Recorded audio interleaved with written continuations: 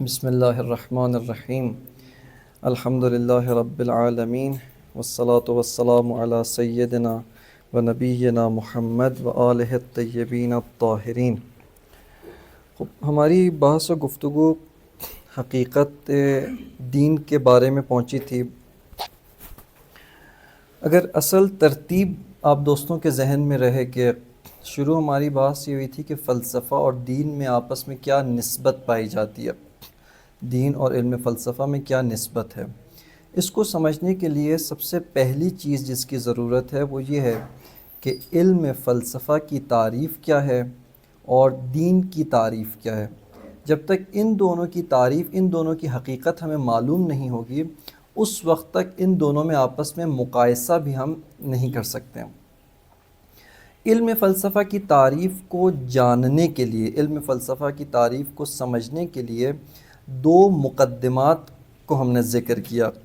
پہلا مقدمہ یہ تھا کہ خود علم کسے کہتے ہیں، اور علم کی دو اصطلاحات ذکر کی کہ جس میں ہماری جو مد نظر علم کی اصطلاح ہے، یعنی علم بمعنی سائنس، اس کے 4 ارکان ہیں۔ دوسرا جو مقدمہ ذکر کیا ہے وہ یہ ہے کہ کسی بھی شے کی حقیقت یا واقعیت کو کشف کرنے کے 4 طریقے ہو سکتے ہیں، 4 روشیں ہو سکتی ہیں، اور ان چاروں کے بارے میں مختصر سی گفتگو کی گئی۔ انشاءاللہ تعالی آئندہ آنے والے جو دروس ہیں اس کے اندر روش عقلی کے بارے میں تھوڑی وضاحت اور مزید تفصیل کے ساتھ گفتگو کریں گے کہ عقل کیا ہے، عقل کی حقیقت کیا ہے، عقل کی ہویت کیا ہے، عقل کس طریقے سے کام کرتی ہے، عقل کس طریقے سے مسائل کو سمجھتی ہے۔ خود عقل کو بھی یہ معلوم ہوتا ہے کہ ایک اس کی حد ہے، لمٹ ہے۔ خود عقل اپنے آپ کو ایک جہت بھی دیتی ہے، ایک سمت بھی دیتی ہے، ایک ڈائریکشن بھی دیتی ہے۔ یعنی عقل خود اس کو پتہ ہے کہ مجھے ہر ڈائریکشن میں نہیں جانا، خود اس کو یہ بات سمجھ میں آتی ہے۔ ایسا نہیں ہے کہ دین آتا ہے آ کر عقل کو محدود کرتا ہے، عقل کو لمٹ کرتا ہے، نہیں، بلکہ خود عقل اپنے آپ کو جو ہے وہ ایک ڈائریکشن دیتی ہے، ایک جہت دیتی ہے، ایک سمت دیتی ہے۔ پھر عقل کس طریقے سے دین سے فائدہ حاصل کر سکتی ہے، عقل کس طریقے سے دین سے مدد حاصل کر سکتی ہے۔ لہٰذا یہ وہ موضوعات ہیں کہ انشاءاللہ تعالی نسبت دین اور عقل کے بارے میں ہم اس کے بارے میں گفتگو کریں گے، اور انشاءاللہ اس کے تفصیل سے دیکھنے کی اور جاننے کی کوشش کریں گے۔ دین کیا ہے، دین کی حقیقت کیا ہے، دین کس چیز کا نام ہے، اس کے اندر ہم داخل ہوتے ہیں اور دین کو سمجھنے کی کوشش کریں گے کہ دین کس حقیقت کا نام ہے، کس چیز کا نام ہے۔ سب سے پہلا جو نقطہ اس کے اندر قابل دقت ہے وہ یہ ہے کہ دین ایک علم کی مانند نہیں ہے۔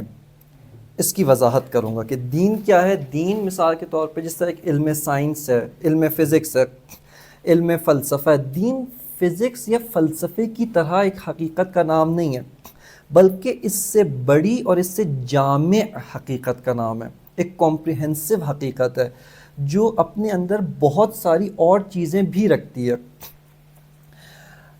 یہ کیوں دین کیوں علم کی طرح نہیں، یعنی دین نے آ کر کبھی بھی اس طرح کا کام نہیں کیا کہ آ کر بتایا کہ فلسفے کی طرح اس کا موضوع یہ ہے، اس کے مسائل یہ ہیں، ان مسائل کو اس طریقے سے اس بات کیا جاتا ہے، ان مسائل کو اس طریقے سے حل کیا جاتا ہے۔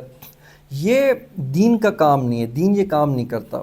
یا علم فزکس کے بارے میں آ کے گفتگو کرے کہ علم فزکس کی طرح گفتگو کرے کہ مثال کے طور پہ اس کا موضوع جو ہے وہ مادہ ہے، میٹیریل ہے، اور اس کے بعد آ کر مزید اس کے مسائل، اس کے بارے میں گفتگو کرے۔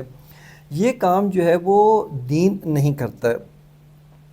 خب دین کس چیز کا نام ہے، دین کی حقیقت کیا ہے؟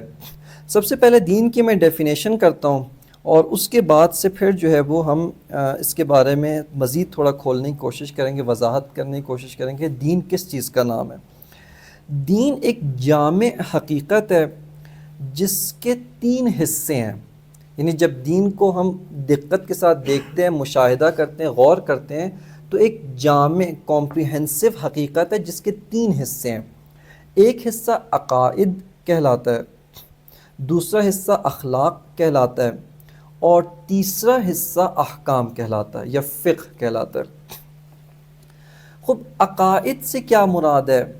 عقائد سے دیکھیے مراد یہ ہے کہ ہم جب اس چیز کو دیکھتے ہیں، عقیدہ کہتے ہیں عقدہ، عقد سے ایک تعلق، ایک گہرا جو تعلق ہوتا ہے، گانٹھ جو ہوتی ہے، اس کو عقد کہتے ہیں۔ عقدہ بھی اس چیز کو کہتے ہیں کہ جو چیز انسان کے نفس میں آ کے پھنس جائے، یعنی بعض اوقات ہوتا ہے نا کہ ایک انسان کو کسی سے دشمنی ہے، کینہ ہے، وہ کینہ بری طرح اس کی جان کے ساتھ کیا ہو جاتا ہے، پھنس جاتا ہے، بھلانے کی کوشش بھی کرتا ہے لیکن بھولتا نہیں ہے، یہ عقدہ بن جاتا ہے، یہ اس کے نفس میں ایک سمجھے ایک گرہ لگ جاتی ہے۔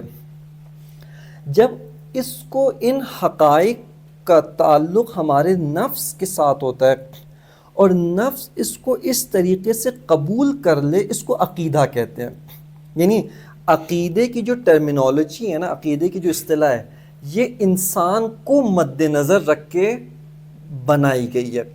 لیکن اگر فرض کریں، یعنی میں آپ کے سامنے مثال پیش کرتا ہوں، خود دین نے بھی بیان کیا ہے، ابھی تو عقیدہ نہیں ہے، جب تک کوئی قبول نہ کرے اس وقت تو عقیدہ نہیں ہے، سمجھ رہے ہیں؟ یعنی جب تک کوئی اور اس کو قبول نہ کرے اس وقت تک تو یہ چیز عقیدہ نہیں کہلاتی۔ پھر عقیدہ کیا ہے؟ جب انسانی نفس کے ساتھ اس کا تعلق بن جائے، انسانی نفس اس کو قبول کرے گہرائی میں، اس وقت عقیدہ کہلاتی ہے۔ لیکن اس کو اگر ہم ایک اور طریقے سے ڈیفائن کریں، وہ نظری مسائل، نظری مسائل سے مراد ہے کہ جن کا عمل سے براہ راست تعلق نہیں ہے، اگرچہ بعد میں جا کر عمل کی بنیاد بنتے ہیں، عمل کے لیے وہ ایک زمینہ بنیں گے، عمل کے لیے مقدمہ بنیں گے، لیکن براہ راست ان پر آپ عمل نہیں کر سکتے۔ مثال کے طور پہ زمین گول ہے، زمین گول پہ آپ کیا عمل کریں گے؟ اگرچہ زمین گول ہے، بہت سارے اور عملی قواعد کے لیے زمینہ بن سکتا ہے، اس قانون کے مطابق آپ اپنی زندگی کے اندر تبدیلیاں، جب تک مثال کے طور پہ سمجھتے تھے کہ زمین سیدھی ہے، اس وقت ایک اور طریقے سے عمل کرتے تھے، لیکن اب جب معلوم ہوا کہ زمین گول ہے تو ایک اور طریقے سے زندگی گزارتے، لیکن خود اس قاعدے پر عمل نہیں ہو سکتا۔ یہ قاعدہ صرف ڈسکوری ہے، سمجھنے کی چیز ہے۔ ان مسائل کو کہتے ہیں نظری مسائل، یہ جو نظر سے، غور و فکر سے تعلق رکھتے ہیں، براہ راست عمل سے تعلق نہیں رکھتے۔ لیکن آپ کو معلوم ہو مثال کے طور پہ نماز کا طریقہ کیا ہے، یہ وہ چیز ہے جس پہ آپ براہ راست عمل کر سکتے ہیں، صحیح ہے نا؟ براہ راست اس کے اوپر عمل کیا جا سکتا ہے۔ بس دین جو ہے، اگر ہم یہ جو ڈیفینیشن کی کہ 3 حصے، عقائد، اخلاق اور احکام، اس کو اگر ایک اور طریقے سے بیان کرنا چاہیں تو دین نظریات اور ان نظریات کی اساس پر بعض اخلاق یعنی نفسانی صفات اور اعمال کا نام ہے۔ دوبارہ تکرار کرتا ہوں کہ دین نظریات، ان نظریات کی بنیاد پر بعض نفسانی صفات جن کو اخلاق کہا جاتا ہے، اور تیسرا حصہ ہے کہ جو اعمال، ان 3 کا مجموعہ دین کہلاتا ہے۔ بس دین جو ہے وہ ایک علم فلسفہ کی طرح علم نہیں ہے، ایک جس کا ایک موضوع ہو، ایک اس کے مسائل ہوں، ایک مثال کے طور پہ اس کا ہدف ہو، نہیں، دین اس طرح کی چیز نہیں، بلکہ اس سے کمپریہنسو چیز ہے۔ یعنی جب یہ کہا جائے کہ دین اس طرح کی ایک چیز نہیں ہے، یہ دین کا نقص نہیں، اس کا کمال ہے۔ علم فلسفہ ایک علم ہے جو دوسرے علوم میں دخالت نہیں کرتا، یہ اس کی حد ہے، اس کی ایک 4 دیواری ہے، صحیح ہے، لیکن دین اس طرح کی ایک محدود چیز کا نام نہیں ہے۔ علم فلسفہ علم فقہ میں کبھی آ کر دخالت نہیں کرے گا، ہاں وہ فقہ کے لیے بعض قواعد کو بنا سکتا ہے، وہ فقہ کی مدد کر سکتا ہے، لیکن براہ راست کبھی بھی آ کر فقہ میں دخالت نہیں۔ کبھی بھی علم فلسفہ آپ کو نماز کا طریقہ نہ ثابت کرے گا نہ بیان کر سکتا ہے، چونکہ اس کے دائرے میں نہیں۔ ہاں علم فلسفہ یہ کہے گا خدا بھی ہے، خدا کی شریعت بھی موجود ہے، اور تم انسان بھی موجود ہو۔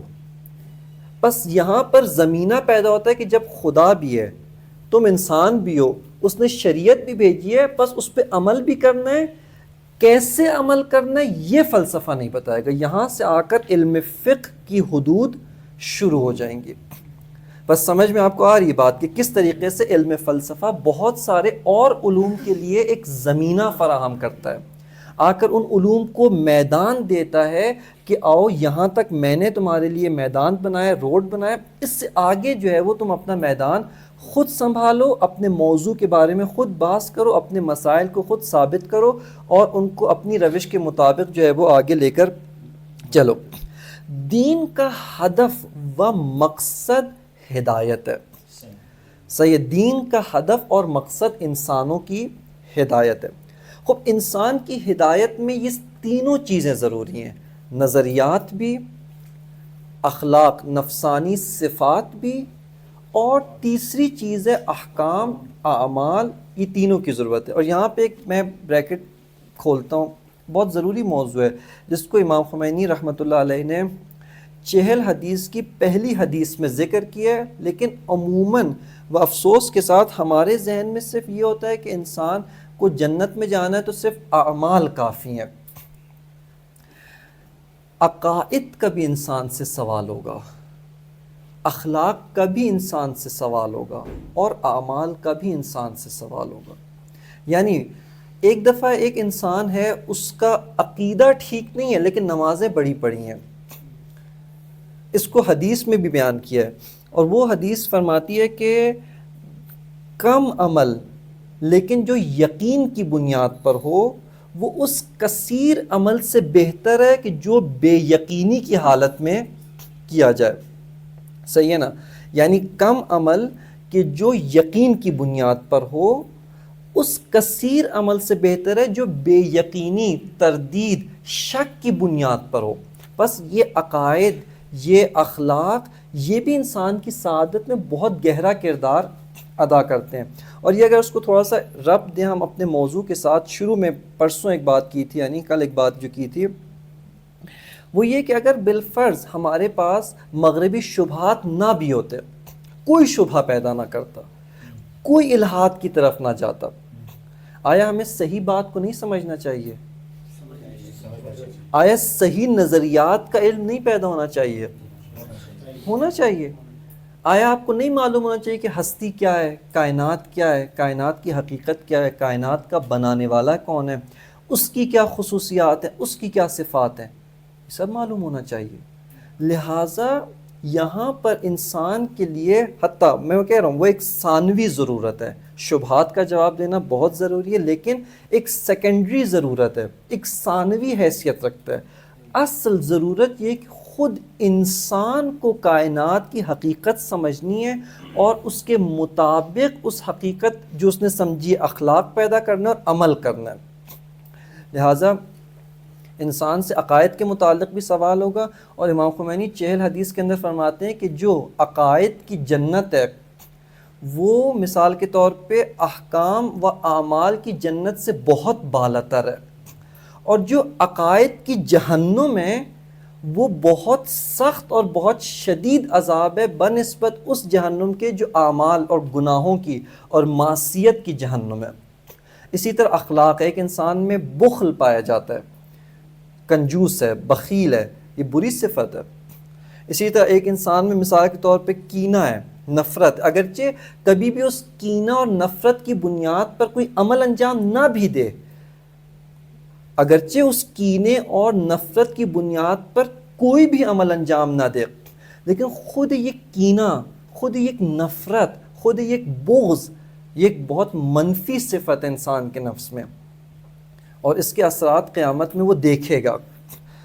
لہٰذا قصہ مختصر یہ کہ دین جو ہے اس حقیقت کا نام ہے جس میں یہ 3 شعبہ موجود ہیں، یہ 3 چیزیں موجود ہیں۔ لہٰذا دین کا جو موضوع ہے وہ کوئی خاص موضوع نہیں ہے۔ دین کا ہدف کیا ہے؟ ہدایت اور سعادت، سعادت نہ دنیاوی، مکمل سعادت جو دنیا کو بھی شامل ہے اور آخرت کو بھی شامل ہے۔ یعنی دین فقط اور فقط آخرت سنوارنے نہیں آیا، دین دنیا بھی سنوارنے آیا ہے، آخرت بھی سنوارنے آیا ہے۔ دین آپ کو اقتصادی نظام بھی دیتا ہے، سیاسی نظام بھی دیتا ہے، معیشتی نظام بھی دیتا ہے، آپ کا سماجی نظام بھی دیتا ہے، سوشل نظام بھی دیتا ہے۔ یہ سارے نظام دین کی ذمہ داری ہے آپ کو دینا۔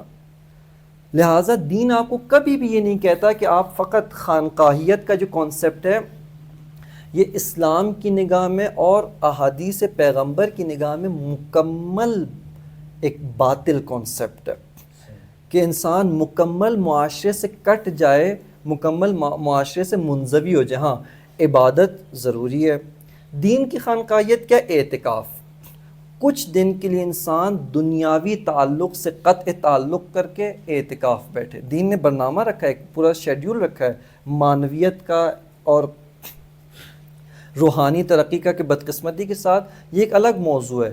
ہم سمجھتے ہیں کہ دین میں روحانی ترقی کی بعض پراکندہ عبادتیں ہیں، بس ایسا نہیں ہے۔ اگر آپ اوپر سے دیکھیں پوری معنوی ترقی کا ایک پورا سسٹم ہے، معنویات کا ایک پورا سسٹم ہے، جو ابھی ہمارا موضوع بحث نہیں۔ بس دین کا جو ہدف ہے وہ انسان کی ہدایت و دنیاوی و اخروی سعادت، یہ دین کا ہدف۔ دین کا مخاطب کون ہے؟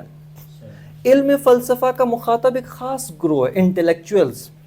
ہر آدمی کو نہ فلسفہ پڑھا سکتے ہیں، نہ اس کی استعداد میں کہ وہ پڑھ سکتا ہے اور سمجھ سکتا ہے۔ لہٰذا خداوند متعال نے ہر انسان پر، قرآن کی آیت ہے کہ لا یکلف اللہ نفسا الا وسعها، ہر انسان پر واجب نہیں ہے کہ وہ فلسفہ پڑھے یا پڑھائے۔ ہر انسان پر واجب نہیں ہے کہ وہ، ہاں کمال ضرور ہے، برتری ضرور ہے، لیکن واجب نہیں ہے۔ دین کا مخاطب کون ہے؟ دین کا مخاطب تمام انسان ہیں، تمام استعداد والے لوگ ہیں، تمام تر بشریت ہے۔ اس میں آپ ہر انسان شامل ہے، عقل مند، کم عقل، ذہین، کم ذہانت رکھنے والا، کمزور، جسمانی لحاظ سے کمزور، جسمانی لحاظ سے طاقتور، ہر انسان دین کا مخاطب ہے۔ یہاں پر دین کا کمال ہے کہ وہ آ کر ہر انسان کو سعادت کی طرف لے کر جائے۔ لہٰذا دین، تبھی جو عرض کیا کہ دین کا کوئی خاص موضوع نہیں ہے، دین کی کوئی خاص روش نہیں ہے، وہ اسی وجہ سے کہ اس کا مخاطب ایک خاص انسان ہے۔ مثال کے طور پہ قرآن مجید کی آیت ہے کہ ادعو الی سبیل ربک بالحکمت والموعظۃ الحسنہ وجادلہم باللتی ہی احسن، کہ آپ رسول کو فرمانے کہ آپ دعوت دیں کس کی طرف؟ سبیل رب کی طرف، اپنے رب کی راستے کی طرف، حکمت کے ذریعے، یعنی محکم بات، ٹھوس بات۔ خوب ہر آدمی تو محکم بات نہیں سمجھ سکتا، پھر کیا کرے؟ دوسرے سٹیپ پہ آ جائیں، بالموعظۃ الحسنہ، ایک سٹیپ نیچے ہیں، موعظہ حسنہ کریں۔ خوب یہ بھی نہیں سمجھ سکتا، اور نیچے آئیں، آپ اس کے لیے کیا کریں؟ جادلہم باللتی ہی احسن، آپ اس کے ساتھ جدال احسن کریں۔ لہٰذا قرآن مجید فرقان حمید دین کا جو منبع ہے ہمارے پاس، اس کے اندر یہ سارے طریقے موجود ہیں۔ بعض جگہوں پہ قرآن نے واقعاً دلیل پیش کی ہے، پورے منطقی قواعد اور ضوابط کے مطابق عقلی دلیل ہے، برہان ہے، جس کے اندر ذرہ برابر کوئی کجی، کوئی اور چیز نہیں ہے۔ بعض جگہوں پر دین نے آ کر ایک چیز پیش کی ہے لیکن وہ برہان نہیں ہے، اس کو ہم یہ کہہ سکتے ہیں کہ جسے بعض اوقات کسی کو قانع کیا جاتا ہے لیکن وہ عقلی طور پہ عقلی براہین کے مطابق فٹ نہیں آتا۔ سورۃ المبارکۃ اليوسف کے اندر حضرت یوسف جب اپنے قیدیوں کے ساتھ بات چیت کر رہے ہیں تو ان کے ساتھ ایک دلیل پیش کرتے ہیں، ارباب متفرق خیر ام اللہ الواحد القہار۔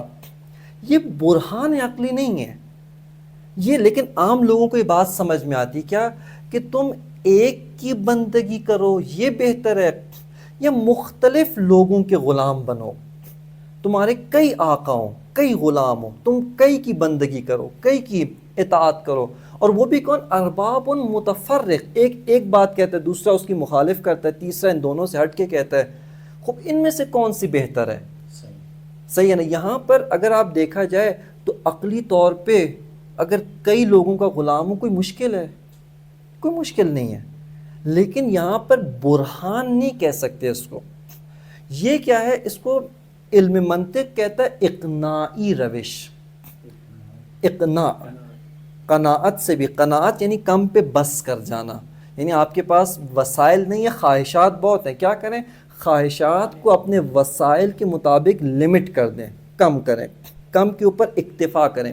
اقناع بھی اسی سے، قانع یعنی آپ کو مکمل حقیقت نہیں پتہ چلی، مکمل گہرائی والی بات آپ تک نہیں پہنچی، آپ کی عقل کی فہم اور استعداد چونکہ یہیں تک ہے، لہٰذا اس سے زیادہ گہرائی اور حقیقت آپ کو بیان نہیں کی جاتی۔ امام صادق علیہ الصلوۃ والسلام کی ایک حدیث ہے جس میں ایک شخص آتا ہے، صلی اللہ علیہ،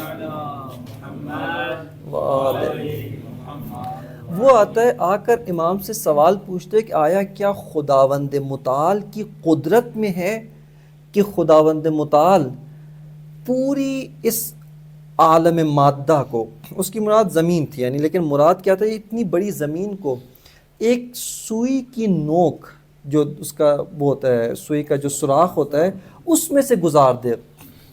اب امام علیہ السلام کو پتہ ہے کہ اس شخص کو اگر میں پوری بات بتاؤں سمجھ میں نہیں آئے گا، بلکہ خدا کی قدرت کے بارے میں اس کے ذہن میں شکوک اور شبہات پیدا ہو جائیں گے، وہ خدا کی قدرت، خدا کی طاقت، اس کے بارے میں شک میں پڑ جائے گا۔ امام نے فرمایا کہ ہاں خدا کی قدرت میں ہے، اور فرمایا کیا نہیں دیکھتے، یہ گھر، یہ پہاڑ، یہ اتنی بڑی زمینیں تم دیکھتے ہو، تو آنکھ اتنی سی ہے اور اتنی بڑی چیزیں، نہ یہ چیزیں چھوٹی ہوتی ہیں نہ تمہاری آنکھ بڑی ہوتی ہے۔ یہ امام نے اس کو ایک جواب دیا، صحیح ہے نا، وہ بھی سن کے مطمئن ہو گیا کہ ہاں بڑا واہ واہ، اتنا بڑا خوبصورت جواب ہے۔ یہاں پر لہٰذا ہمارے علماء، فقہا، جو بھی دین کا مطالعہ کرتے ہیں، سب یہ کہتے ہیں کہ دیکھیں جو آپ روایت امام کی بیان کر رہے ہیں نا، راوی کون ہے، راوی کی عقل و فہم کتنی ہے، چونکہ امام اس کے مطابق گفتگو کر رہے ہیں، لہٰذا امام نے اس کے مطابق جواب دیا کہ ہاں خدا کی قدرت میں ہے، نہ زمین چھوٹی ہو، نہ سوئی کا ناکہ بڑا ہو، ٹھیک ہے، خداوند متعال کی قدرت میں کہ سب کی سب زمین کو سوئی کے سوراخ میں گھسا دے گا، زمین بھی نہ چھوٹی ہو نہ وہ بڑا ہو۔ اور امام نے کیا مثال دی، امام نے مثال یہ فرمائی کہ جیسے آپ کی آنکھ بڑی نہیں ہوتی، یہ کائنات، یہ زمین آسمان سب دیکھنے، وہ اپنی عظمتوں کے ساتھ آپ کی آنکھ میں سما جاتے ہیں۔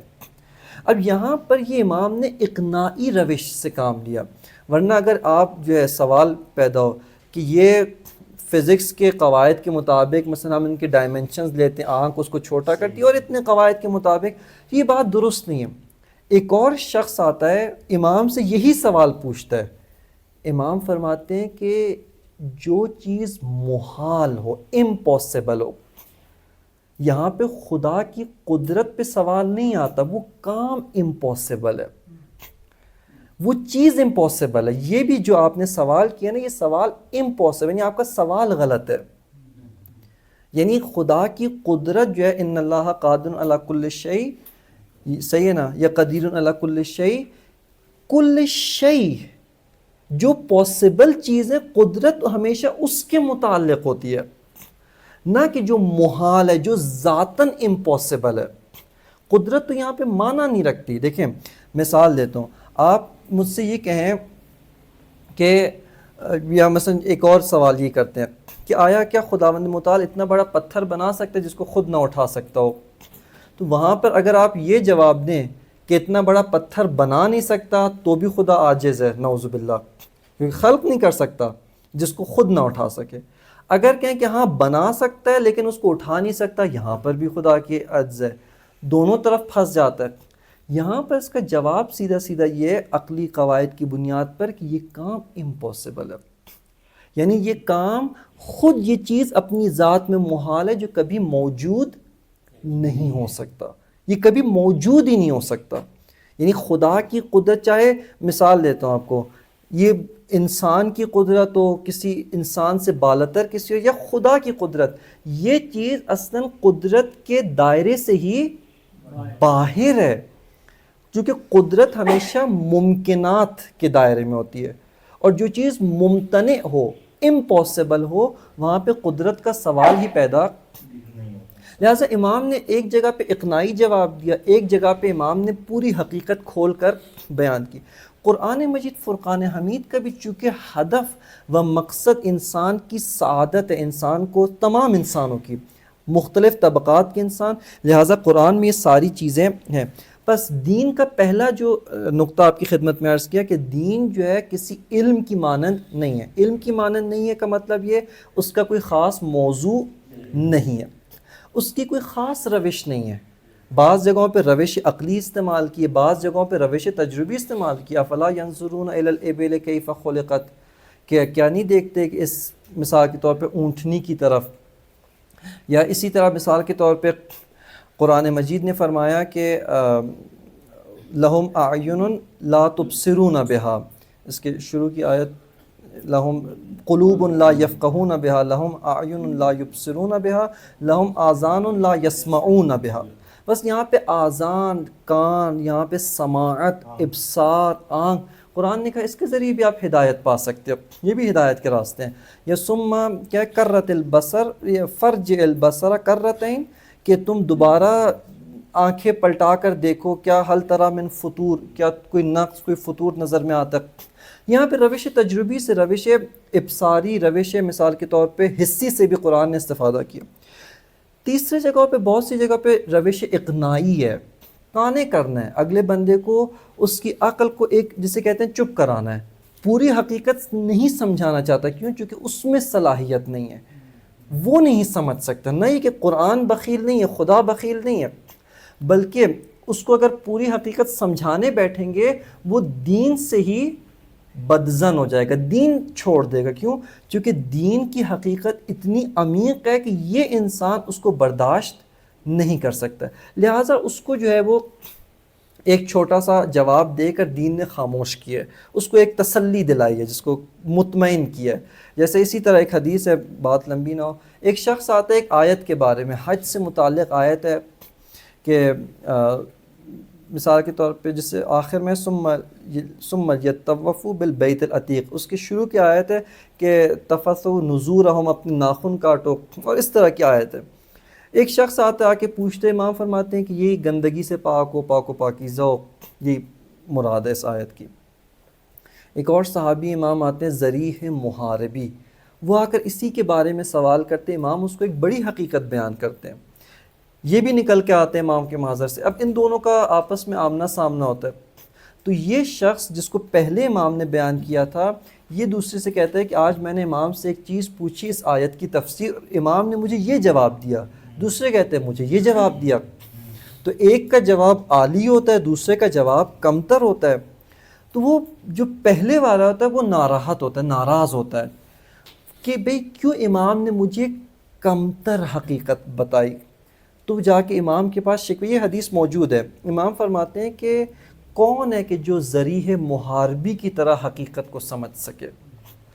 یعنی اس جیسا سینہ پیدا کرو، اس جیسا قلب پیدا کرو. یہی باتیں ہم تمہیں بھی بتا دیں گے، ورنہ ہم تو بخیل نہیں ہیں، ہم تو آئے ہی تمہیں سب کچھ بتانے کے لیے، تم سمجھنے کے لیے آمادہ نہیں ہو. بس دین کا مخاطب بہت وسیع ہے، لہٰذا دین نے ہر روش سے استفادہ کی. روش نقلی بھی موجود ہے، نقلی وہی نریشن. بہت سے لوگوں کا جواب نقل ہے، ان کو تاریخی طور پہ ایک چیز بیان کی جائے وہ لوگ قانع ہو جاتے ہیں اور سمجھ جاتے ہیں. دین کا ہدف آپ کی خدمت میں عرض کیا انسان کی سعادت ہے، اور جو کچھ بھی انسان کی سعادت سے مربوط ہے وہ ہے. پانچویں چیز، ایک چیز جو یہاں پر ہے وہ ہے دین کی زبان کیا ہے، لسان دین. بہت وسیع موضوع ہے، بہت وسیع ٹاپک ہے. دین کی زبان، بعض جگہوں پر دین نے حقیقت کو تمثیل کی زبان میں بیان کیا ہے، مثال کی زبان.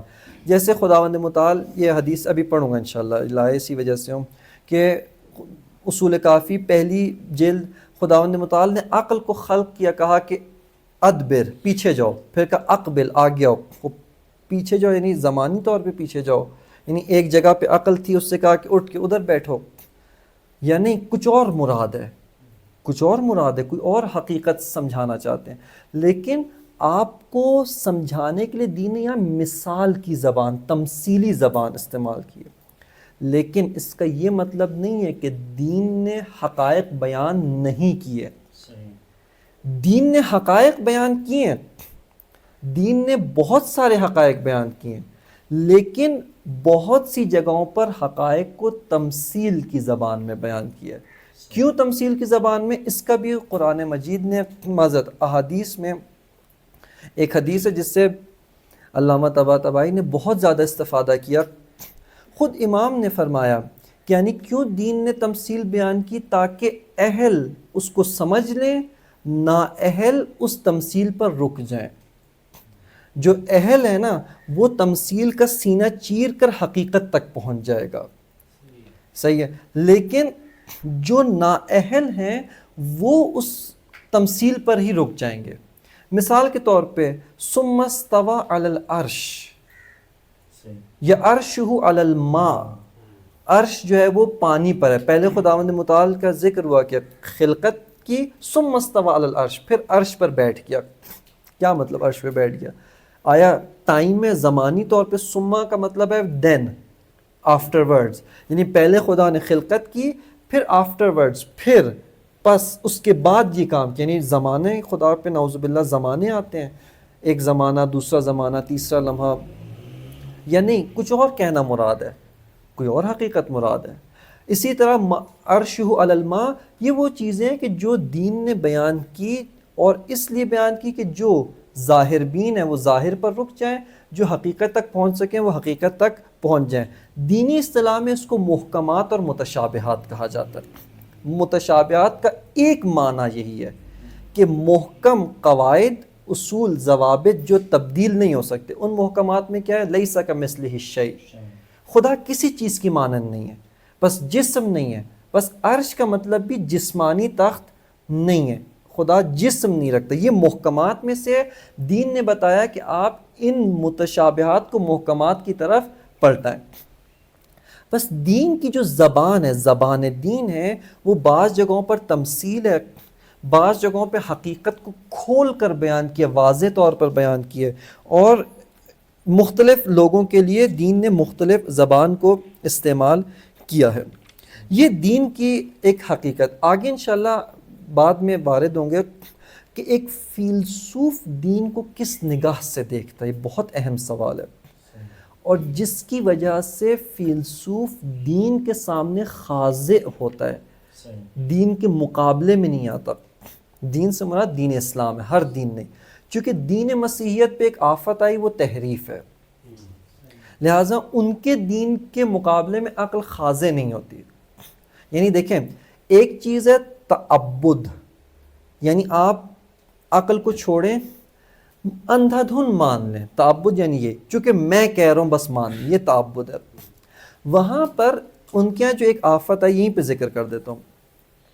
دین مسیحیت جو حضرت عیسیٰ مسیح لے کر آئے تھے، وہ دین کچھ عرصے تک خالص رہا. اس کے بعد سے بعض سازشوں کے بعد سے وہ دین ناخالصی کی طرف جاتا ہے. اس دین کے اندر یہ آفت پیدا ہوئی، انحرافات. انہوں نے اپنی من گھڑت چیزیں ڈالیں. عیسیٰ کو خدا کا بیٹا بھی کہا، خدا کا بیٹا بھی ہے، خدا بھی ہے. پھر ان کی جو کتاب مقدس سے تحریفات کے نتیجے میں انبیاء کا انتہائی نازیبا تعارف. نعوذ باللہ خدا اپنے پیغمبر سے کشتی لڑتا ہے. میں نے بھی تحقیق نہیں کی، سنی سنائی جو باتیں ہم تک اساتید سے پہنچی ہیں. لیکن نازیبا جو ہے نا، جس کو عقل قبول نہیں کرتی کہ اگر خدا کا پیغمبر ایسا ہے تو خدا کیسا ہوگا، نعوذ باللہ. یعنی اس حد تک دین نازل انہوں نے تحریف کی. خب یہاں پر یہ دین، عقل اس کے مقابلے میں خاضع نہیں ہوتی، عقل اس کے مقابلے میں نہیں جھکتی. کیوں؟ چونکہ یہ دین تحریف شدہ دین ہے. لہٰذا تاریخ مسیحیت میں اگر آپ تحقیق کریں نا، جناب ارسطو انہوں نے جب منطق لکھی نا، اس منطق کے 5 چیپٹرز تھے. ایک چیپٹر تھا باب برہان، جس کا کام قواعد عقلی، استدلال عقلی کو بیان کرنا تھا. ایک اور چیپٹر ہے خطابہ. خطابہ کہتے ہیں یعنی اقناع کرنے کو. جو خطابت بھی کی جاتی ہے نا، خطابت میں ہر طرح کا بندہ بیٹھا ہوتا ہے، اس میں برہان پیش نہیں کیا جاتا، قواعد عقلی بیان نہیں کی جاتے، بلکہ اس میں سامنے والے کو اقناع کیا جاتا ہے، قانع کیا جاتا ہے. اس کے اپنے فوائد ہیں، اس کی اپنی ایک دنیا ہے، اس کے اپنے قواعد ہیں. پہلا خطاب، پہلا باب برہان. اور بھی باب ہیں، صحیح ہے نا، لیکن ایک باب برہان ہے، ایک باب خطابت تھا، ایک باب مغالطہ. مغالطہ کا تعارف پہلے کروایا کہ جس میں غلطیاں پکڑی جاتی، کہ عقل میں کہاں کہاں پہ غلطیاں رونما ہو سکتی ہیں. اور ایک ہے باب جدل. جدل یعنی مناظرہ، مناظرے کی روش، مناظرے کے آداب ہوتے ہیں، مناظرے کی ایک خاص دنیا ہوتی ہے.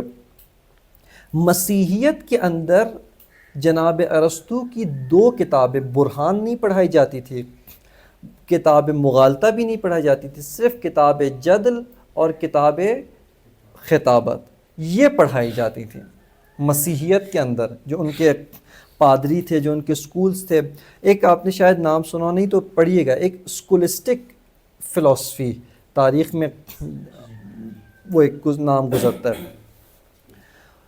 اس کے اندر جو ہے، یا اس کے ساتھ معاصر میں دقیق تاریخیں نہیں یاد، لیکن مسیحیت میں یہ 2 کتابیں، کتاب برہان اور کتاب مغالطہ نہیں پڑھاتے تھے۔ کیوں؟ کیونکہ اگر یہ پڑھائیں نا، ان کے اپنے دین کی بنیادیں ہٹ جاتی ہیں، کیونکہ ان کی دین کی بنیاد جو تحریف کے بعد دین ہے، اور یہ اس دین کے ٹھیکیدار بنے ہوئے ہیں، وہ دین ایک بے منطق دین ہے، بے عقل دین ہے۔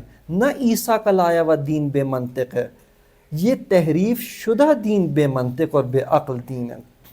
لہٰذا اس دین کے اندر ایک جنگ شروع ہوئی، ایمان اور عقل کی جنگ، کہ آپ سوچو نہیں، غور نہیں کرو، ایمان لاؤ، تعبداً مانو، نہیں مانو گے جہنم میں جاؤ گے۔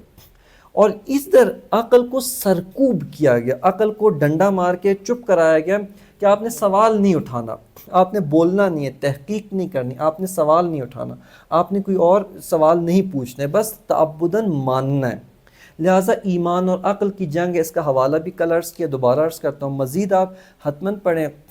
آج صاحب کی کتاب ہے اسلام و سیکولرزم، اس کے اندر آج صاحب نے خوبصورت گفتگو کی ہے ایمان اور عقل کے اوپر، جو ہے نا، کہ وہاں پر مسیحیت میں کیا چیز پیش آئی، اور اس کے بعد سے پھر علوم اور دین جدا ہوئے، علوم اور عقل جدا ہوئے، علم اور معذرت ایمان اور عقل میں جنگ ہوئی، عشق اور عقل یہ الگ الگ وادی۔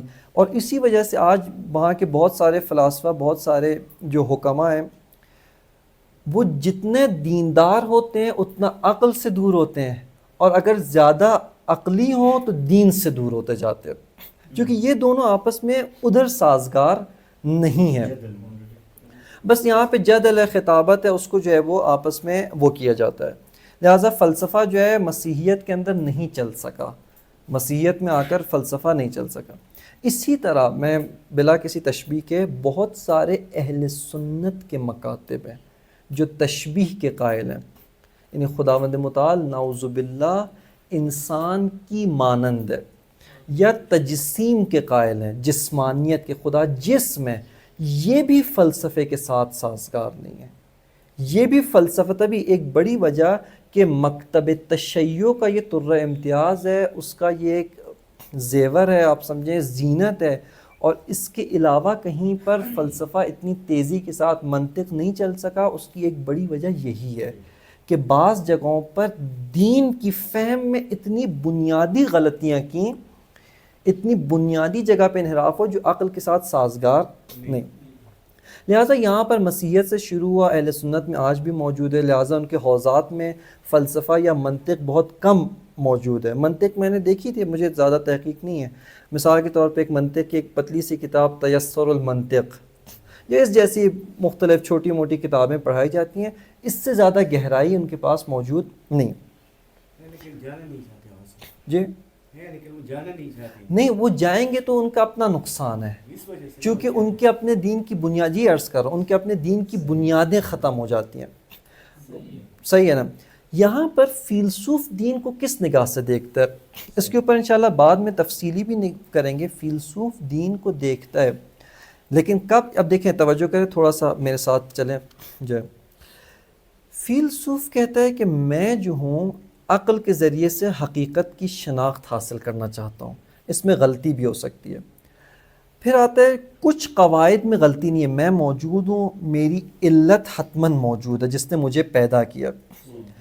پھر بعض قواعد، ان قواعد کو کھولیں گے، صرف مد نظر یہاں پہ صرف اور صرف یہ کہ فیلسوف دین کو کس نگاہ سے دیکھتا ہے، اس کے بارے میں بھی تفصیلی گفتگو آئے گی، لیکن ایک اشارتاً کہ ہم آگے اپنا موضوع وہ یہ ہے کہ جب دین کا منبع خداوند متعال ہے اور خدا کا علم خطا ناپذیر ہے، اس میں کوئی خطا نہیں ہے، اور خدا نے دین میں، شریعت میں، قرآن میں، احادیث میں، انبیاء کے ذریعے سے اور ائمہ معصومین علیہم السلام کے ذریعے سے ان حقائق کو بیان بھی کیا ہے، اس میں کوئی غلطی نہیں ہے، چونکہ انبیاء کا منبع وحی ہے، وحی خدا کے ساتھ متصل ہے، لہٰذا فیلسوف یہاں پر اس کی عقل خاضع ہوتی ہے، ایمان نہیں اس کی عقل حکم کرتی ہے کہ بھائی آپ کا ہدف کیا ہے، حقیقت شناسی، آپ کی روش کیا ہے، فقط عقل۔ خب عقل کو خود بھی پتہ ہے کہ میں بعض جگہوں پہ غلطی کر سکتا ہوں، لیکن اس کی عقل ہی بتاتی ہے کہ ایک اور منبع ہے، ایک اور سورس ہے جس میں کوئی غلطی نہیں ہے، لہٰذا یہاں پر عقل جو ہے وہ خاضع ہوتی ہے، خود عقل قانع نہیں ہوتی، عقل خاضع ہوتی ہے، یعنی قبول کرتی ہے، خاضع خضوع سے، خضوع اور خشوع، تسلیم کرتی ہے اپنی خود عقل کی وجہ سے۔ دیکھیں قانع کا مطلب یہ ہے کہ عقل کو آپ نے چپ کرا دیا، صحیح نا، عقل نے تسلیم نہیں کیا، یہاں پہ عقل اپنی جان، اپنی عمق، اپنی گہرائی سے سجدہ ریز ہو جاتی ہے، تسلیم ہو جاتی ہے کہ بھئی یہ جو بیان کیا گیا ہے نا، اس میں کوئی خطا موجود نہیں ہے، اس میں کوئی غلطی نہیں ہے۔ لہٰذا عقل یہاں پر دین کو دیکھتی ہے کس نگاہ سے، اس نگاہ سے کہ دین نے حقیقت بیان کی ہے، دین نے حقیقت کو ہم پر منکشف کیا ہے، لہٰذا یہاں پر آپ دیکھیں ابو علی سینا خود کتاب اشارات کے اندر بھی ہے، درسی کتاب ہے، اسی طرح کتاب شفا میں نفس شفا جو ہے جہاں پر معاد کی بحث کرتے ہیں، وہ یہ کہتے ہیں کہ میرے پاس معاد جسمانی کو ثابت کرنے کے لیے ابھی کوئی دلیل نہیں ہے، لیکن چونکہ صادق مصدق یعنی خود بھی سچے ہیں، ان کی تصدیق بھی ہوئی ہے، انہوں نے جب بیان کیا ہے لہٰذا میری عقل اس کے سامنے تسلیم ہے۔ ملا صدرہ نے آ کے ایک اور قدم کیا بڑھایا کہ جب دین نے بیان کیا ہے اب میں اپنی عقل لڑاؤں اور اس کو عقلی طور پر بھی ثابت کروں، لیکن کس کی روشنی میں؟ دین کی روشنی میں۔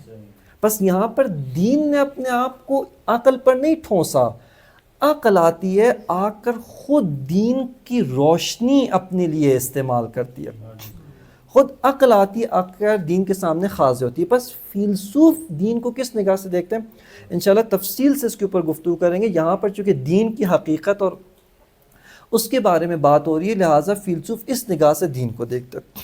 یہاں پر اب ہم نے دین کو بیان کر لیا، فلسفے کو بیان کر لیا، پہلا سوال جو اصل موضوع میں، یعنی ابھی تک مقدمہ چل رہا تھا، اصل موضوع میں دین اور فلسفہ میں کیا نسبت پائی جاتی ہے، اس کا پہلا سوال یہ، میں آپ کے سامنے ایک سینیریو، ایک پیش فرض رکھتا ہوں اور اس کے اوپر آ کر ہم غور کرتے ہیں، سوچتے ہیں، جتنا کچھ ہمارے پاس ہم نے سنا ہے، ہم نے جانا ہے، پڑھا ہے، اس کے مطابق فرض کریں فلسفہ نامی کوئی علم موجود نہیں ہے، ٹھیک ہے نا، ہم آج ہی ایک علم جس کا موضوع واقعیت و ہستی ہو، حقیقت کی شناخت ہو، اس کی روش عقلی ہے، اس کے مسائل اس ہستی کے خصوصیات، اس کے کریکٹرسٹکس ہیں، اور اس کا مقصد حقیقت کو غیر حقیقت سے جدا کرنا، تمیز دینا، پہچاننا ہے۔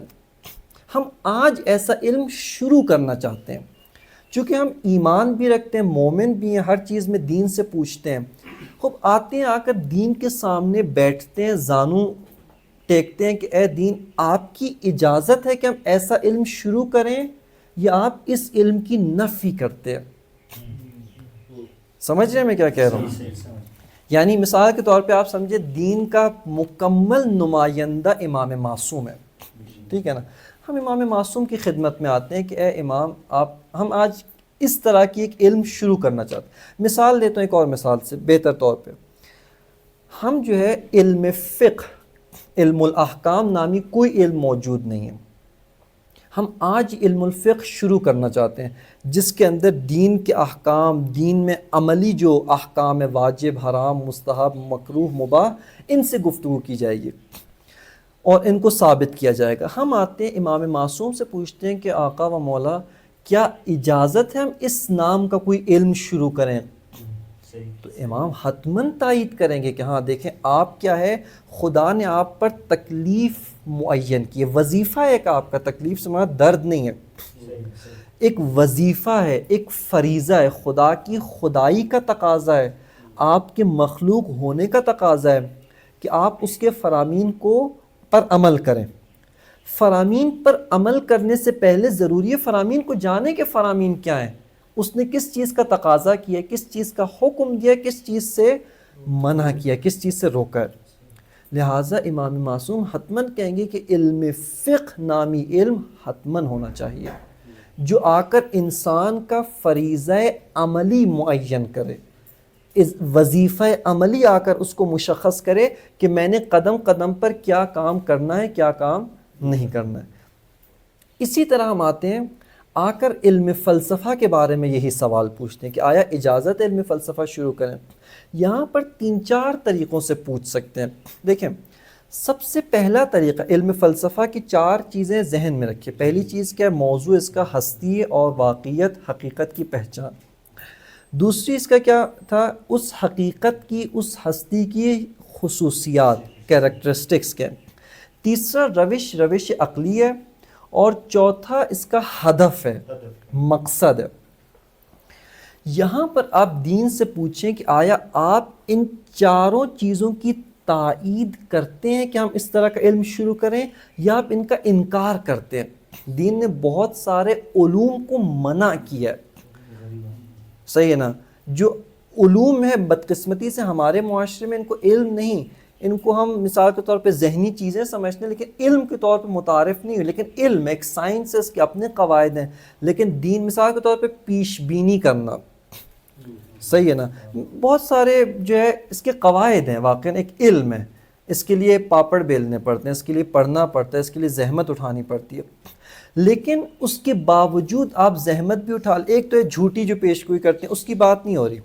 ایک مرتبہ واقعاً صحیح ہے، لیکن پھر بھی دین نے کہا کہ اس کے کچھ مفاسد ہیں، اس وجہ سے یہ کام نہیں کرو، یہ کام جائز نہیں ہے. حتیٰ صحیح بھی کیوں نہ ہو، سچی بھی کیوں نہ ہو، آپ کو یقین بھی کیوں نہ ہو، صحیح قواعد ہیں، پھر بھی کہا کہ یہ کام جائز. علم سحر بھی اسی طرح، علم جادو، علم سحر، مثال کے طور پہ اور بہت سارے علوم ہیں، علوم غریبہ، علم جفر ہے، علم رمل ہے. علم جفر یعنی جو اعداد اور حروف سے تعلق رکھتا ہے علم ہے. اب یہ علم بھی اسی طرح، لیکن دین نے آ کر وسیع پیمانے پر اس کا دروازہ بند کیا. ایک محدود سرکل کے لیے، ایک محدود دائرے کے لیے اس کا دروازہ کھولا ہے کہ ہاں بعض مقاصد کی خاطر جو واقعاً با تقوی ہے، با ایمان ہے، جس کو اپنے نفس پہ کنٹرول ہے، وہ اس کو غلط استعمال نہیں کرے گا. ہاں اس کے لیے دروازہ کھلا ہوا ہے. اس کے علاوہ کسی اور کے لیے سیکھنا، سکھانا، پڑھنا، پڑھانا جائز نہیں.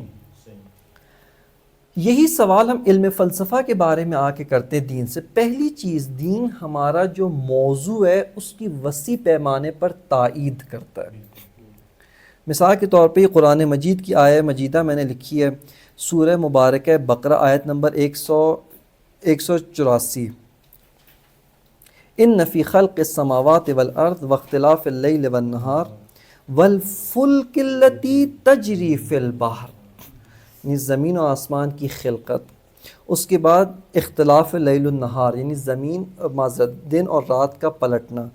تیسری والفلک التی تجری فی البحر، اور یہ کشتیاں جو پانی میں چلتی ہیں، بما ینفع الناس، اور جس سے لوگ فائدہ اٹھاتے ہیں، وما انزل من السماء من ماء فاحیا به الارض بعد موتها، اور جو خداوند متعال نے آسمان سے پانی نازل کیا ہے جس سے مردہ زمین کو زندہ کیا جاتا ہے. وبث فیہا من کل دابہ وتصریف الریاح والسحاب المسخر بین السماء والارض لآیات لقوم یعقلون، کہ اس میں نشانیاں ہیں عقل والوں کی. بس دین نے آ کے خود موضوع جو آپ کا سبجیکٹ ہے، جو آپ کا موضوع ہے جس کے بارے میں علم فلسفہ گفتگو کرتا ہے، دین نے وسیع پیمانے میں اس کو آپ کے سامنے رکھا ہے، اس موضوع کی تائید کی ہے. ایک دفعہ ایک دوست میرے سامنے ملے، وہ بھی اسی ذہنیت کے قائل تھے کہ فلسفہ جائز نہیں ہے، پڑھنا پڑھانا حرام ہے. میں نے ان کے سامنے یہی سوال رکھا کہ اگر دین کائنات کے بارے میں گفتگو کرے تو جائز ہے، اگر فلسفہ کائنات کے بارے میں گفتگو کرے تو ناجائز ہے. یہ کیسا تضاد ہے؟ دیکھیں دین اگر آ کر اسی چیز کو بیان کرے آیت میں، میں نے ان کے سامنے یہ آیتیں پڑھی، انہوں نے کہا نہیں آیت کہتی ہے تو ٹھیک ہے لیکن فلسفہ کہتے تو ناجائز ہے. یہ کون سی منطق ہے، یہ کون سی آپ کی لاجک ہے کہ دین آ کر ایک کام کو اپنے لیے جائز قرار دے، دوسروں کے لیے ناجائز قرار دے. بس دین نے یہ جو موضوعات بیان کیے ہیں، اس کے علاوہ اور ایک آیت ہے سورہ آل عمران آیت 190 ہے، صحیح، اور بے تحاشا آیتیں، بے تحاشا جو ہے وہ اس موضوع کے اوپر آیتیں. اگر ایک خاطرہ بھی، ایک واقعہ بھی، آپ کی تھکاوٹ بھی دور ہوگی. وہ اگر کسی نے فلم دیکھی ہو، بڑی خوبصورت فلم ہے، یہ ایک تھا فیلسوف بھی، منجم بھی، علم نجوم پڑھا ہوا، جمشید، کیا ہے، غیاث الدین جمشید کاشانی، اس کے اوپر ایرانیوں نے ایک فلم بنائی. ظاہراً روشن طرز تاریکی تو یہ ملا صدرہ کی ہے، اس کا نام نہیں یاد مجھے فلم کا، جو ہے نا یہ سرچ کریں غیاث الدین جمشید کاشانی، اس کے اوپر ایک فلم بنائی، صحیح ہے.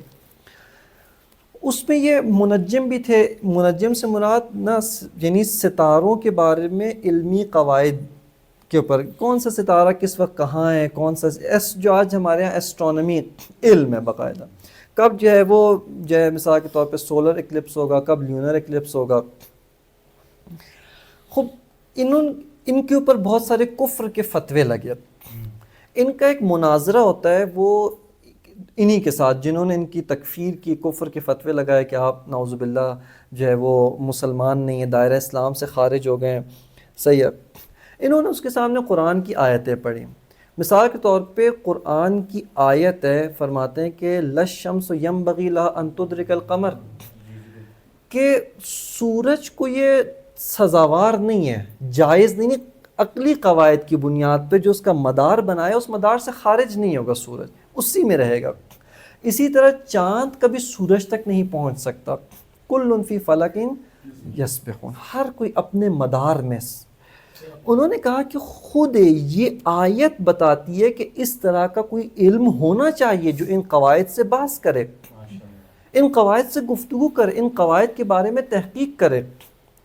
اس کے علاوہ اور بہت ساری آیتیں پڑھی، اگر وہ دیکھیں بہت جذاب وہ ہے منظر کہ انہوں نے مکمل آیات اور روایت بھی نہیں، حتیٰ صرف آیات، بعض آیتیں سورہ مبارکہ یاسین کی آیتیں ہیں، ٹھیک ہے، اس کی اساس پہ کہا کہ قرآن مجید نے وسیع پیمانے پر افلاک کی بات کی ہے، آسمانوں کی بات کی ہے، ستاروں کی بات کی ہے، نجوم کی بات کی ہے، شہاب ثاقب کی بات کی ہے. ان سب کے بارے میں قرآن نے بات کی ہے.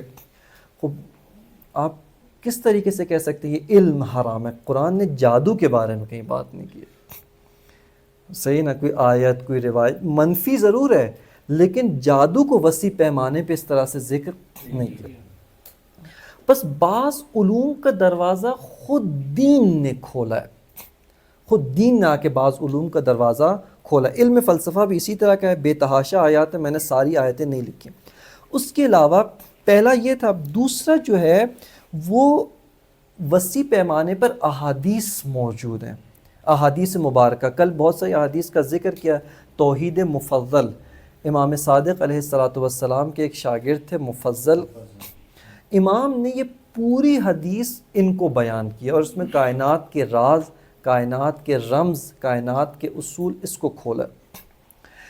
دوسرا جو ہم مقایسہ کریں گے وہ روش کا ہے. آیا قرآن مجید فرقان حمید نے روش عقلی کو جائز قرار دیا، جائز نہیں قرار دیا، صحیح نا؟ آیا قرآن، احادیث، دین اس روش عقلی کو صحیح قرار دیتا ہے یا اس کو ابطال کرتا ہے، باطل قرار دیتا ہے؟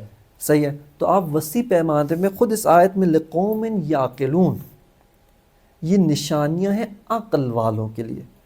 افلا یتدبرون، کیا تم تدبر نہیں کرتے، تعقل نہیں کرتے؟ لہم قلوب لا یفقہون بہا، اس کے ذریعے سے فقہ، تفقہ، عمیق معرفت، یعنی ان کے پاس قلوب ہے لیکن عمیق معرفت حاصل نہیں کرتے، چیزوں کی گہرائی میں نہیں جاتے. اس کے علاوہ سب سے بڑا منبع یہ دیکھیں، یعنی ہمارے واقعاً ایک بڑا جو امتیاز میں نے پہلے بھی ذکر کیا کہ مکتب تشیع مکمل ایک عقلانی مکتب ہے، اس کی آپ یہیں سے اندازہ لگا لیں کہ اس مکتب کا جو محدث ہے، حدیث لکھنے والا ہے، انہوں نے اصول کافی جو ایک اہم ترین کتاب اصول کتب اربعہ میں سے شمار ہوتی ہے، پہلی کتاب کتاب العقل والجہل، یہ کتاب انہوں نے یہاں پر ذکر کی، اور اس کے اندر جو احادیث ذکر کی ہیں انتہائی نایاب احادیث ہیں۔ مثال کے طور پہ محمد و آل محمد صلی اللہ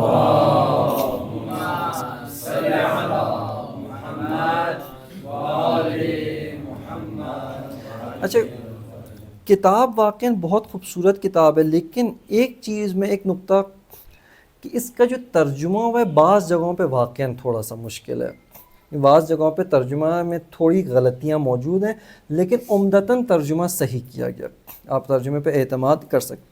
پہلی حدیث، خداوند، حدیث کا عنوان دیا خدا کی محبوب ترین مخلوق، اس کی سند ہے، اس کے بعد امام ابی جعفر امام محمد باقر علیہ السلام سے حدیث سے فرمایا کہ لما خلق اللہ العقل استنطقہ، جب عقل کو خدا نے خلق کیا، اس عقل کو قدرت گویائی دی، اس کو کہا کہ تم گفتگو کر سکتی ہو، قدرت نطق دیا۔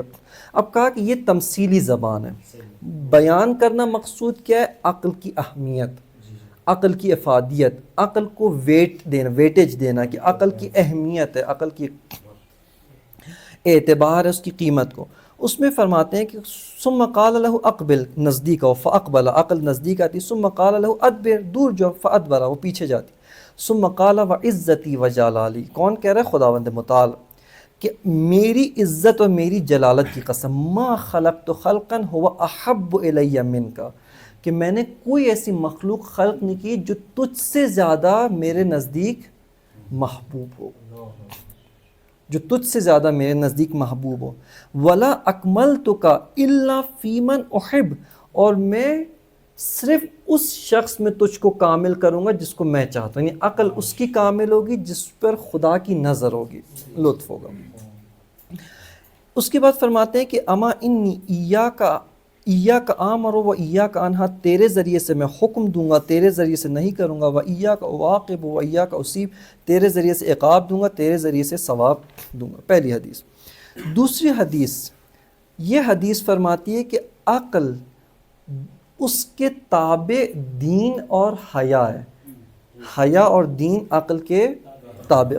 حدیث کا مضمون مشاہدہ فرمائیں، یہ حدیث بھی ہے ان علی علیہ السلام، امام علی علیہ السلام سے فرمایا کہ قال لما حبط جبرائیل علی آدم، کہ جب حضرت جبرائیل آدم کے پاس آئے، فقال، اور کہا کہ یا آدم انی امرت ان اخیرک واحدۃ من ثلاث، اے آدم مجھے خدا نے حکم دیا ہے کہ تین چیزیں پیش کرو، ان میں سے ایک لینا ہے، تینوں نہیں لے سکتے۔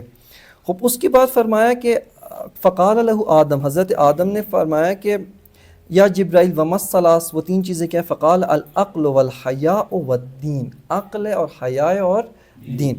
فقال آدم انی قد اخترت العقل، میں نے عقل کا انتخاب کیا۔ فقال جبرائیل للحیاء، حضرت جبرائیل حیا سے کہتے ہیں اور دین سے کہتے ہیں انصرفا، واپس پلٹ جاؤ، جدھر سے آئے ہو وہ واپس پلٹ جاؤ۔ اس کے بعد فرمایا، ان دونوں نے جواب کیا دیا، انہوں نے کہا کہ اے جبرائیل، ایک خدا نے آپ کو حکم دیا تھا کہ آدم کو تین میں سے ایک کا اختیار دینا ہے، ایک خدا نے ہمیں حکم دیا ہے، اور وہ یہ کہ تم نے عقل کے پیچھے پیچھے چلنا ہے، جدھر عقل جائے ادھر دین بھی ہے، ادھر حیا بھی ہے۔ فقالا، ان دونوں نے کہا یا جبرائیل انا امرنا، ہمیں کیا حکم دیا ہے؟ ان نکون مع العقل حیث کان، جہاں پہ عقل ہے وہیں پر ہمیں ہونا، جہاں پہ بھی۔ قال فشأنکما وارجا، جناب حضرت جبرائیل کہتے ہیں کہ جیسی تمہاری مرضی ہے، جو کچھ تمہیں حکم دیا کہ اس کے مطابق تم عمل کرو۔ حضرت جبرائیل واپس پلٹ جاتے۔ تیسری حدیث جو ہے، یہاں پہ میں صرف یہ حدیثوں کا تعارف کروا رہا ہوں، باقی تیسری حدیث اس کے بارے میں ہے کہ بھئی عقل کسے کہتے ہیں، عقل کی تعریف۔ قال، امام فرماتے ہیں کہ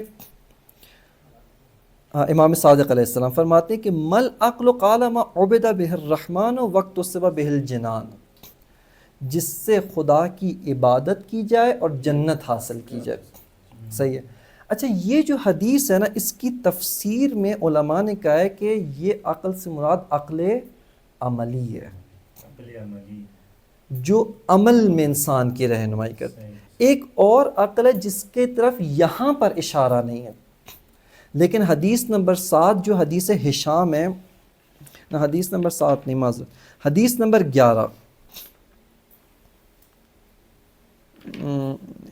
بلے حدیث نمبر 12 جو بھلے یہ حدیث نمبر 12 اس ترتیب کتاب کے اندر حدیث نمبر 12، اس کے اندر آ کر عقل کو بہت وسیع پیمانے پر امام نے آیتوں سے بھی ثابت کیے، احادیث سے بھی ثابت کیا۔ بس یہاں پر حدیث نمبر 3 سے مراد عقل سے عقل عملی ہے۔ حدیث نمبر 12 کا ایک مختصر سا تعارف اور اسی پر ہم جو ہے نا آج اختتام کرتے ہیں۔ اس حدیث کو حتماً ایک دفعہ کوشش کریں جا کے پڑھ لیں، اس کا ترجمے کے ساتھ جو ہے، اور اس کے اندر چونکہ ہمارا موضوع علم فلسفہ ہے، علم فلسفہ علم نظری ہے، یعنی اشیاء کی حقیقت کو پہچاننا، تو آیا عقل جو ہے دین کے نزدیک عقل میں صلاحیت ہے کہ چیزوں کو پہچان سکے؟ سوال ہے نا، آیا روش عقلی کو دین اعتبار دیتا ہے، اس کو معرفت شناسی کے لحاظ سے معتبر سمجھتا ہے یا معتبر نہیں سمجھتا، اس کا انکار کرتا ہے؟ حدیث نمبر 12 کے اندر خداوند وہ حضرت امام کاظم علیہ السلام کا ارشاد ہے کہ آپ نے یہ حدیث ہشام کے نام سے مشہور ہے، کہ یا ہشام، چونکہ مخاطب ایک شخص تھا جناب ہشام ابن حکم، یا ہشام ان اللہ تعالی و تبارک بشر اہل العقل والفهم فی کتاب، کہ خداوند متعال نے اہل عقل کو بشارت دی، کیا فبشر عبادی الذین یستمعون القول فیتبعون احسنہ، کہ بشارت ان لوگوں کو جو باتیں سب سنتے ہیں پیروی احسن کی کرتے ہیں۔ ادھر عقل کا کیا تعلق ہے؟ علماء نے لکھا خوب خدا نے اہل عقل کو، جبکہ آیت میں عقل کا کہیں نام نہیں لیا، یہاں پر علماء نے اس کی تفسیر میں کہا کہ مراد کیا ہے، کب اچھائی برائی کی تمیز کر سکتا ہے؟ عقل کے ذریعے، یعنی عقل اشیاء کی شناخت کرتی ہے، اچھائی برائی کو پہچانتی ہے، بس یہاں پہ انسان پہچان سکتا ہے کہ یہ صحیح ہے یہ غلط ہے، اس کی پیروی یہ احسن کو غیر احسن سے، صحیح کو غلط سے شناخت کر سکتی ہے۔ لہٰذا آیت کا آگے والا حصہ بھی فرماتا ہے فَيَتَّبِعُونَ أَحْسَنَ أُولَٰئِكَ الَّذِينَ هُدَاهُمُ اللَّهُ، یہ وہی لوگ ہیں جن کو خدا ہدایت دیتا ہے، وَأُولَٰئِكَ هُمُ الْأُولُو الْأَلْبَابِ، جو صاحبان عقل ہے۔ اس کے بعد فرمایا یا ہشام ان اللہ تبارک و تعالی اکمل للناس الحجج بالعقول، خدا نے اتمام حجت کیا ہے عقل کے ذریعے سے، لوگوں پر اتمام حجت کیا ہے عقل کے ذریعے، وَنَصَرَ النَّبِيِّينَ بِالْبَيَانِ وَدَلَّهُمْ بِالرُّبُوبِيَّةِ، کہ اس سے آگے امام آگے بیان فرماتے ہیں، اور اس کے ذیل میں جو امام آیت ذکر کرتے ہیں وہ وہی آیت ہے جو ہم نے پہلے ذکر کی، سورہ مبارکہ بقرہ کی آیت نمبر 164، کہ اس کے اندر فرمایا کہ ان فی خلق السماوات والارض واختلاف اللیل والنہار والفلک التی تجری فی البحر، کے آخر آیت تک ہے لآیات لقوم یعقلون۔ اس کے بعد امام فرماتے ہیں کہ تیسری آیت امام نے ذکر کی کہ الہکم الہ واحد لا الہ الا هو الرحمن الرحیم، یہ آگے آیت امام ذکر کریں، یہ نقطہ بہت جذاب ہے کسی کے لیے۔ یہاں پہ امام فرماتے ہیں یا ہشام قد جعل اللہ ذالک دلیلا علی معرفتہ، خداوند متعال نے عقل کو اپنی یعنی خدا کی معرفت کے اوپر کیا قرار دیا ہے؟ دلیل قرار، دلیل کہتے ہیں رہنما، دلیل یعنی خدا نے عقل کو صلاحیت دی کہ خدا کی بھی معرفت حاصل کر سکتی ہے۔ جب خدا کی معرفت ممکن ہے تو خدا سے نیچے بھی جتنی اشیاء ہیں ان کی بھی معرفت ممکن ہے۔ فرمایا دلیل علی معرفت بأن لہم مدبرہ، کہ لوگوں کے اوپر کوئی مدبر بھی ہے، یعنی ان کی کوئی تدبیر کرنے والا بھی ہے۔ وَسَخَّرَ لَكُمُ اللَّيْلَ وَالنَّهَارَ وَالشَّمْسَ وَالْقَمَرَ وَالنُّجُومَ مُسَخَّرَاتٌ بِأَمْرِهِ إِنَّ فِي ذَلِكَ لَآيَاتٍ لِقَوْمٍ يَعْقِلُونَ۔ اور اس کے بعد مزید وسیع پیمانے پر یہاں پہ آپ سمجھیں کہ کل جو حدیث ہے اس کا آدھا حصہ امام نے وہ ساری آیات کو ذکر کیا ہے جو اہمیت عقل کے اوپر جو ہے وہ دلیل ہے، اہمیت عقل کے اوپر ہماری رہنمائی کرتی ہیں۔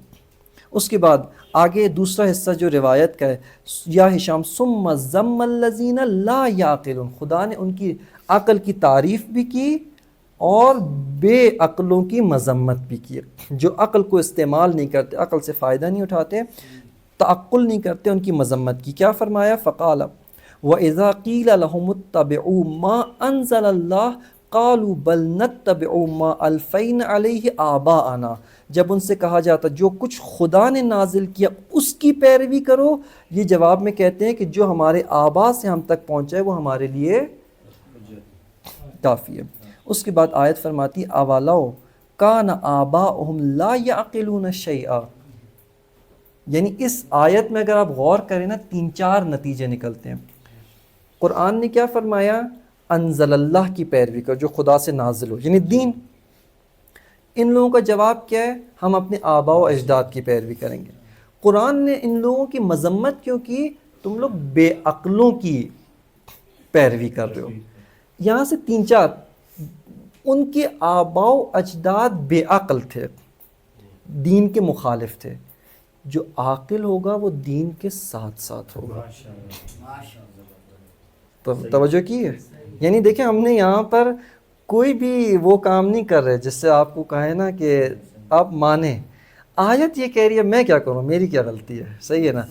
آیت کہہ رہی ہے کہ انہوں نے کیا کیا، قرآن نے کہا کہ جو خدا کی طرف سے نازل ہوئے دین اس کی اطاعت کرو۔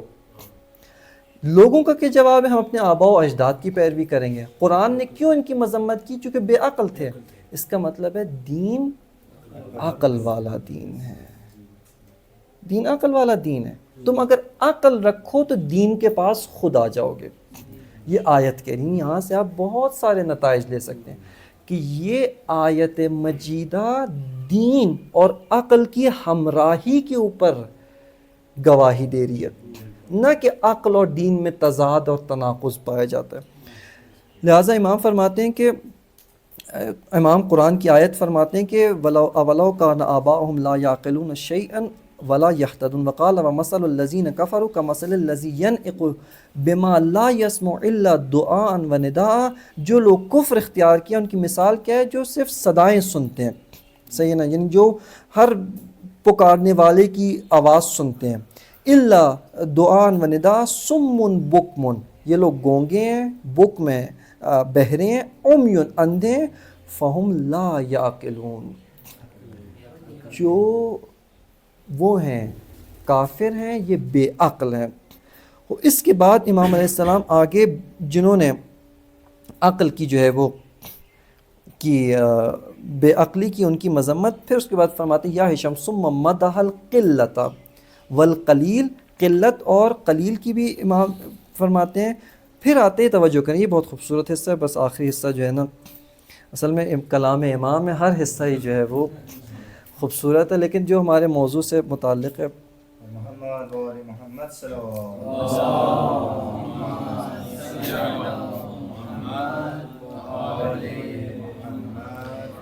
فرماتے ہیں یا ہشام ثم ذکر اولی الالباب باحسن الذکر، جو صاحبان عقل ہے نا خدا نے ان کی بہترین تعریف کی ہے، یعنی خدا نے ان کی ایک طرح سے بڑی ثنا کی ہے، ان کو جو ہے نا ان کی تعریف تمجید قرآن میں بیان کی ہے۔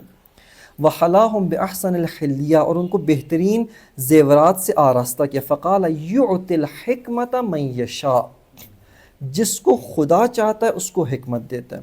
وَمَنْ يُؤْتَ الْحِكْمَةَ فَقَدْ أُوتِيَ خَيْرًا كَثِيرًا، جس کو حکمت عطا کی گئی وہ اس کو خیر کثیر عطا کیا گیا۔ وَمَا يَذَّكَّرُ إِلَّا أُولُو الْأَلْبَابِ، اور تذکر نہیں پاتے ہیں، نہیں سمجھتے مگر صاحبان عقل۔ ٹھیک ہے، اس کے بعد اس کے ذیل میں بھی امام علیہ الصلوۃ والسلام نے کافی ساری آیات کو ذکر کیا، اور پھر اس کے بعد سلسلہ جاری ہے۔ امام علیہ السلام کا سلسلہ جو ہے نا وہ ایک طویل حدیث ہے۔ بس یہاں سے ہمارا دوسرا جو موضوع ہے وہ یہ کہ روش عقلی کی بھی قرآن مجید نے تائید کی۔ لہٰذا اگر آج تک فلسفہ شروع نہیں ہوا تھا، یعنی سمجھے فلسفہ نہیں ہوتا، بعض کہتے ہیں یونانی علم تھا، یونان سے آیا، کافروں کا علم تھا، ہم ان سے کہتے ہیں کہ چلو اس کو رہنے دو، صحیح ہے نا، آپ اس کو رہنے دیں۔ بالفرض فلسفہ کی ڈیفینیشن کیا؟ ہستی شناسی اس کا موضوع ہستی شناسی ہے، اس کا موضوع کائنات، ہستی، واقعیت، اس کی شناخت، اس کے مسائل کیا ہے، ہستی کی جو خصوصیات ہیں، روش عقلی ہے، ہدف اور مقصد بھی بیان کیا، یہ سب کا سب مکمل طور پہ دین اس کی اجازت دیتا ہے، تائید کرتا ہے، بے عقلی کی مذمت کرتا ہے، عقل کی مدحت کرتا ہے، تاکید کرتا ہے۔ صرف اور صرف یہاں تک نہیں، آگے انشاءاللہ مزید عرض کروں گا، دین آتا ہے عقل کی رہنمائی بھی کرتا ہے۔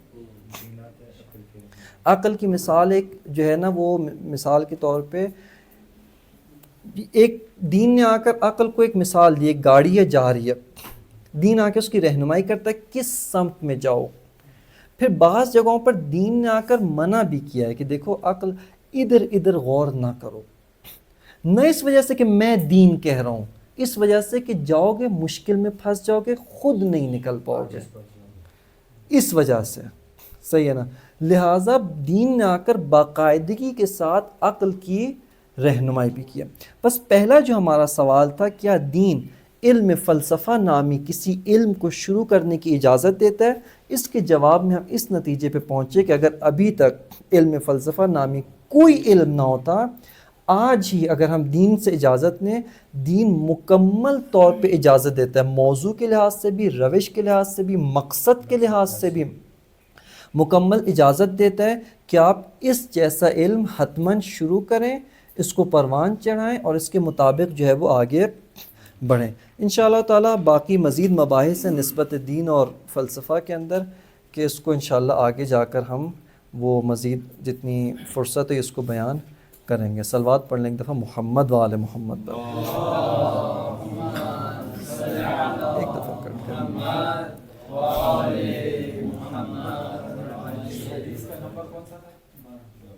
حدیث نمبر 12، اس کتاب کے مطابق حدیث نمبر 12، یا آپ اصول کافی کھولیں، اس کے اندر یعنی اس صفحہ نمبر 32۔ یہ دین، مذہب اور فقہ، اس کو ڈیفائن کرے اور سارا عقیدہ۔ فقہ دیکھیں وہ ہے احکام عملی کا نام ہے، صحیح ہے نا، فقہ جو احکام عملی کا نام ہے، دین کو ڈیفائن کیا نا۔ مذہب، دین، جی دیکھیں، مذہب یعنی وہی دین ہے۔ عموماً ابھی جو استعمال کی جاتے ہیں نا دین، مذہب اور فرقہ، ان تینوں کو آپس کی تقسیمات ہیں، جس جہت سے ہم اس پہ گفتگو کر رہے ہیں اس جہت سے کوئی فرق نہیں ہے۔ یعنی فرقہ کیا ہوتا ہے؟ ایک دین ہے، کچھ کلیات ہیں، جیسے اسلام کے 3 اصل ہیں، توحید ہے، ایک نبوت اور معاد، پھر بعد میں تھوڑی سی جزئیات میں فرق ہے، تو ایک جو ہے وہ فرقہ بن گیا مکتب تشیع، کہ ہمارے نزدیک امامت اور عدل، یہ 2 خصوصیات ہیں، لیکن مکتب اہل تسنن کے نزدیک یہ نظریہ نہیں، لہٰذا وہ یہاں سے ہم سے جدا ہو جاتے ہیں۔ لیکن یہ چونکہ کلیات میں شریک ہیں، یہ 3 جو کلیات ہیں، دیکھیں مذہب بھی ایک اور چیز ہے، ان الدین عند اللہ هو الاسلام۔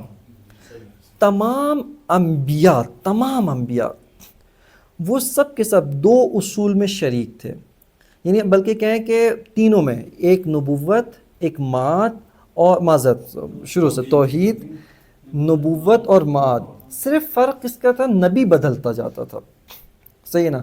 ہر نبی، مثال کے طور پہ حضرت عیسیٰ کا کلمہ عیسیٰ روح اللہ، یعنی لا الہ الا اللہ عیسیٰ روح اللہ، یہ حضرت عیسیٰ کی قوم کا کلمہ تھا، لیکن ساتھ ہی ساتھ ہر نبی کو یہ بھی پتا تھا کہ آخر الزمان کے نبی، دین خاتم کے نبی خاتم النبیین ہے، صحیح ہے نا، یہ بھی ان کو بتایا گیا تھا۔ لہٰذا ایک جہت سے دیکھیں تو یہ جو دین ہے، سب انبیاء ایک ہی دین لائے، دین اسلام لائے۔ مختلف نام کیوں پڑے یہ تاریخی بحث ہے، تحریفات کی وجہ سے، ان کے اپنے پیروکاروں کی وجہ سے، بعض اور گمراہیوں کی وجہ سے۔ مثلا قرآن مجید کا حضرت ابراہیم کے بارے میں فرمانا ہے کہ ما کانا کہ ابراہیم و یہودین اور نصرانیہ، آگے کی آیت کیا ہے؟ بل کان حنیفا مسلم، یعنی اس سے کم، یعنی اگر کہیں خطا نہ ہو، غلطی نہ ہو، تو آیت کا مضمون اس طرح سے کہ حضرت ابراہیم مسلم تھے، نہ یہودی تھے نہ نصرانی تھے، صحیح، بلکہ دین حنیف پر تھے، دین اسلام پر تھے۔ یہ بعد والی تاریخ میں تحریفات ہوئیں، اس کی وجہ سے مسیحیت، عیسائیت، یہودیت جو ہے نا وہ تقسیم ہو گئے، قومیت، بہت سارے اور دلیل کی بنیاد پر یہ الگ ہو گئے. ان ادیان میں تحریفات بھی ہوئی، اس وجہ سے وہ ادیان آج ہمارے لیے حجت نہیں، اور دین اسلام نے آ کر اس دین کو جو ہے وہ منسوخ کیا. معذرت، فرقہ کیا ہوتا ہے؟ فرقہ ایک دین کے اندر کی جو تقسیمات ہیں نا، اس کے اصول کو رکھتے ہوئے باقی جو تقسیمات ہوئی اس کی بنیاد پہ فرق ہے. ہماری ابھی کی جو گفتگو ہے نا وہ یہاں پر چلے، یہ بھی اچھا ہوا ایک نقطہ یہاں پہ واضح ہو گیا کہ دین سے مراد دین اسلام ہے، اور دین اسلام کا چہرہ شیعہ